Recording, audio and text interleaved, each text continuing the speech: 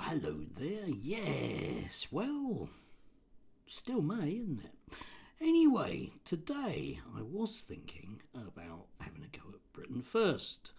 It's a bit like shooting fish in a barrel, but still a laugh, isn't it, eh? Yeah, because one of their MP candidates, I know it's a small pool, anyway, was woke up yesterday to the fact that the BBC put some of its services, overseas services, in pidgin English, which of course is desperately hilarious and at the same time very concerning because of all the money we're having to spend on it. Yeah, just quite amusing because, of course, the vast majority of Britain First supporters do, in fact, talk in pidgin English. So, anyway, I didn't want to go there with that. But what I thought we'd have a look at today is something that I was inevitably drawn to, of course, because it was a unique combination of both Julia Hartley-Brewer and Connor Tomlinson. So, two of my favourite, very sensible centrists, need to be careful what I'm saying there, who were discussing the National Trust and language and chemi and all the rest of it. So, I thought we'd unpack that because there's a lot more to that than actually meets the eye. So, let's dive in. Connor Tomlinson, he's the host of the Lotus Eaters podcast. Good morning to you, Connor. Good morning, Julia. Thank you so much for joining us. Wind me up today.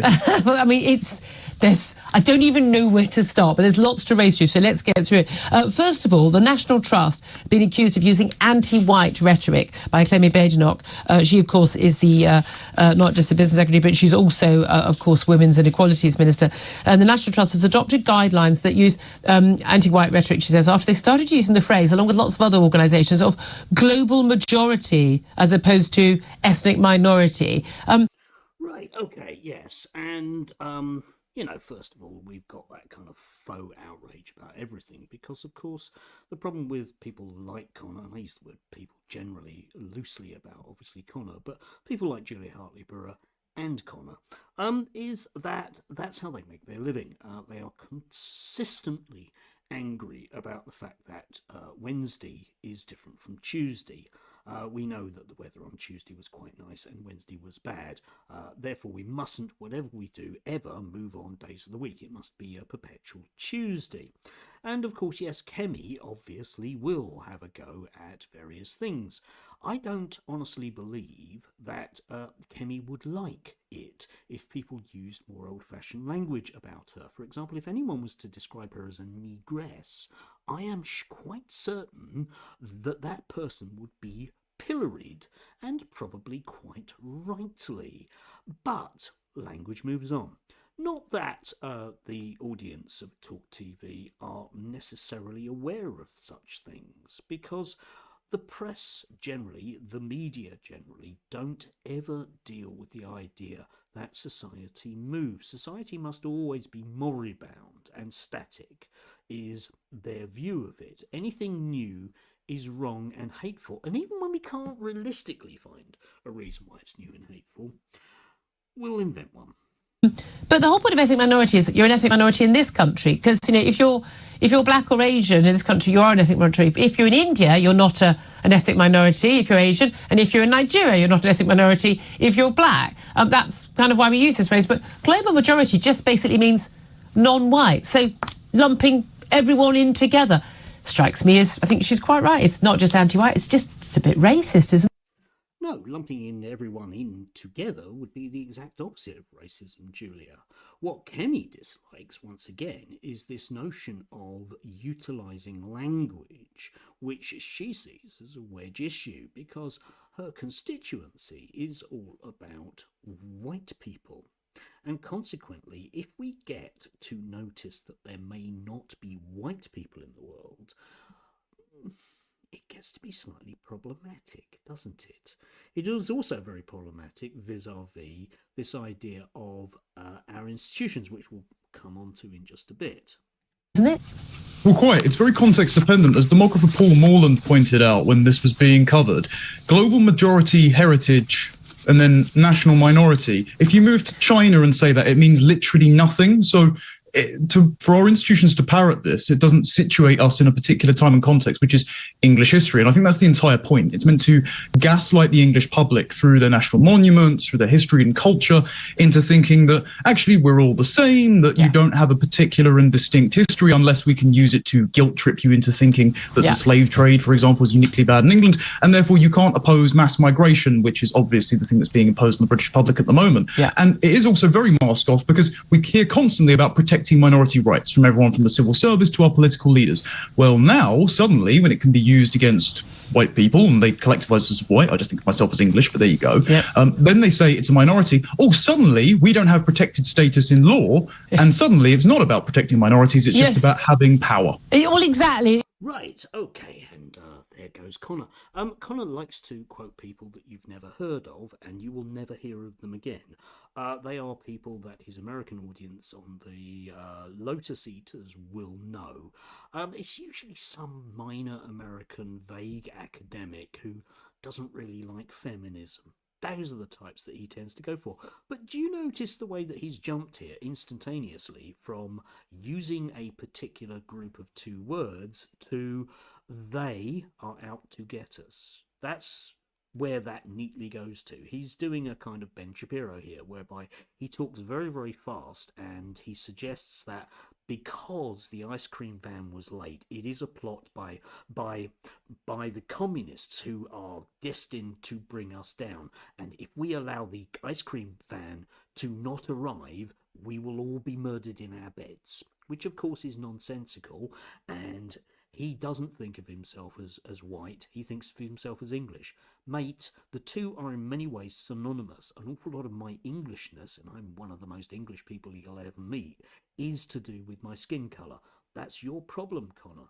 But you'll notice the way that he's just simply lumped all this stuff in together, whereby Connor becomes the victim of people that want to use slightly different language. Okay, mate. Again, and it's all about the oppressed and the oppressor, and isn't it as well? But it's just all these different organisations. Arts Council England, NHS South East hosted a global majority conference. There are global majority directed studentships, whatever the hell a studentship is, sponsored by the Department for Science, Innovation and Technology. This is bizarre, but this all comes about from the National Trust. This whole idea that sort of the country's right. Okay, and yeah, the National Trust. The National Trust is a particular site of these kind of battles, because certain people that want to own British history, which is all about the Magna Carta and the growth of democracy, the ending of the slave trade, Winston Churchill, and I don't know, hovercrafts. That view of history are very, very upset by the fact that the National Trust has moved on slightly from 1972.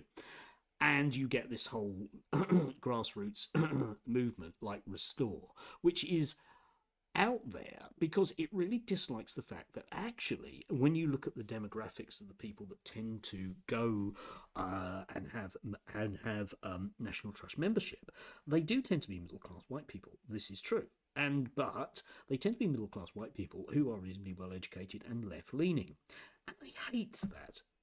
Absolutely hate it, all right? Okay? They don't mind you being white. They don't mind you being middle-class. But by God, you'd better not be a cyclist or something similar. And that is very much a site of battle that these people are engaged in. And whenever these kind of stories come up, and Kemi knows exactly what she's doing about this, this is designed to make people in those organisations be wary of what they do. So it's a very kind of nasty, kind of mobbish mentality whereby you'd better behave or there'll be problems. But let's just wait for Connor. Side is too white, and people visiting stately homes are too white, and we need to make sure that it's that the countryside and stately homes are places that global majority people feel comfortable visiting. Sorry, are there signs saying keep out your black, no Asians here? No, of course they're not. I mean, basically, isn't it just middle-class people who do a lot of this stuff, and they're largely white in this country at the current time for various obvious demographic reasons? I don't understand where the self-hatred comes from. That's the bit I find. Right, And of course, yes, Julia cannot get her head around the idea that, I mean, Julia and a lot of people like her, you will meet them. They can't get their head around why you might be left wing.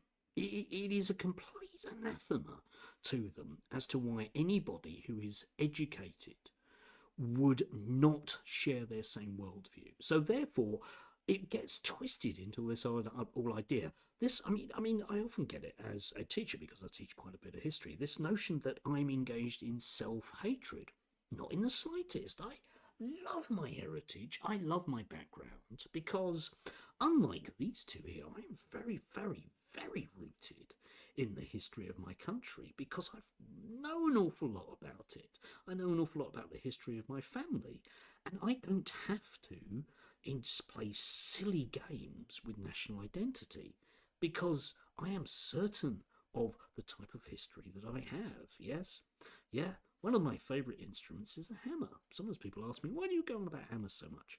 Well, it's what Wat Tyler used to kill the tax inspector, which led to the peasants' revolt in the 14th century. It's a traditional tool of the full-blooded Englishman. There's no self-hatred there at all. I know my history in a way that these two don't, because my history is real and centred in a past which is based on the land, and their history is just whatever's politically convenient for them at the time. And strange. There's a real mix here. Of course, there's the middle manager, diversity hire, people that are sort of in their mid-50s and just want to be accepted at cocktail parties and the well, like. They're the mediocre people who just want to be. Yes, indeed, you see, because only mediocre people arrive in their 50s as senior managers. Mediocre people don't go to cocktail parties. Julia imagines that they do. Connor does go to very mediocre parties. Well, I don't think he goes to any parties because he can't get a girlfriend for blindingly obvious reasons, which is his big bugbear. But again, you'll notice this idea of the inherent stupidity of anyone that doesn't agree with their worldview. They can't really get their head around it, and therefore the person has to be stupid in some way, despite the fact that these are the people who are, even using their own viewpoint, are the people who are pushing change in society. Thought of as, they're wearing the right lanyard, so they're a good person. Yeah, quite. But then there's also yeah. You see, this is 2016, and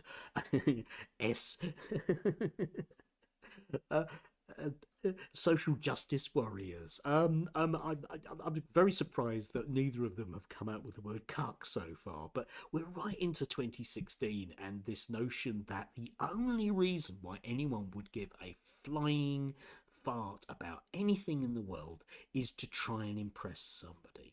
Again, they don't have an idea why it is that people in the National Trust, the membership, would think that it's important that we really do understand about our past and therefore properly appreciate the other people. That, for example, whenever you go and visit one of those excruciatingly dull manor houses that were built between about 1600 and about 1800, all those ones which are just corridors with bedrooms in them, all those ones, right? Okay, it's very important to understand that the money from those came from the slave trade very directly, and if they're a little bit later on, it came partially from the slave trade and then from the slave trade within factories. There's a reason why the mills were dark and satanic, and it has to do with the slave-like conditions and the people in it. But these two don't like that history. Again, I'm rooted in the reality of the history of my people, whereas these two are the rootless fools. A really insidious and uncomfortable inflection to this. I mean, remember when Humza Yousaf, former First Minister of Scotland, who was installed rather than elected and then quickly ushered out because he's... Yeah, we've had some Conservative Prime Ministers that were stalled rather than that. Connor here is, of course, showing his own racism. Okay? Yeah? Didn't ever like the guy. Mainly because he was the wrong colour. Same with Sadiq Khan. wrong colour. Now, Connor won't actually come out with stuff that is very, very, very racist, but by God, he comes out with enough to make him acceptable for Julia Hartley-Brewer's audience, yeah? Now, you notice, I mean, in terms of the Lotus Eaters, we never see Carl on mainstream shows, and that's because he made the mistake of being very, very, very overtly misogynistic, which is one thing you can't do. But this kind of casual racism is stuff that's absolutely fine. And then these people wonder why some of us want to move on from a society where it's that casually acceptable to be racist. Screwed up the job, was standing up and saying how evil it was that the native Scottish population were the predominant staffers in pretty much all Scottish judges, white. Government ministers, white. Yeah, when he said that with such venom, he wasn't making a really nuanced point about racial equality. He was just mask off moment. He has contempt for white people. Yeah. And so this kind of equality legislation, this insistence, we just need to be more diverse and inclusive, which is always code for less white, it's basically a Trojan horse for people who are not white to guilt trip white people into legitimizing their hatred. Again, all these people. No, it isn't, mate, okay? I'm never guilt-tripped by anybody about the colour of my skin. You are, and Julia is, however, because you know how fragile that could be. Imagine living in a world, for example, where we really had a true form of meritocracy, whereby people really had, instead of going to the right school and the right university and knowing the right people at those cocktail parties, you actually had to work on merit. We never see Connor. I don't know what merits the guy has. He's reasonably intelligent, but no more so than any other sort of fairly foppish 20-something bloke that you know. There's nothing special there. Sorry. They're all just obsessed with colour. People who are obsessed with skin colour, you know what we call those people? Racists. No, we don't, Julia, actually. Necessarily. But what we do call people a racist is when they make vast assumptions about people on the basis that some of them aren't very good, which is just exactly what you've done here, isn't it? It's a really simple term. Let's also talk about related. Anyway, moving on from that. Yes, well, thanks for bearing with me. We arrive at the end. But, as I say, astounding how casual the racism that is that's there, and they really don't know it, because in their world they'd be happy if actually in some way they were racially excluded. But of course that's not real, so they have to invent it. But the key point I want to make here about this is, of course, that pressure on institutions. This is all about trying to gain control of various sort of arm's length government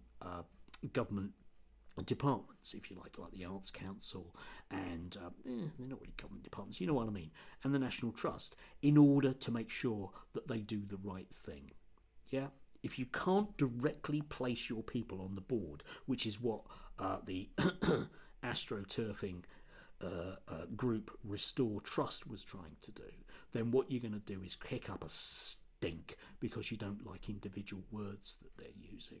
Well, some of us are going to kick up a stink at the casual racists that do this kind of thing. Anyway, do have a lovely day. I think it's going to rain, as I believe Ali Campbell said, or a member of the non-global majority. Yeah, there you go.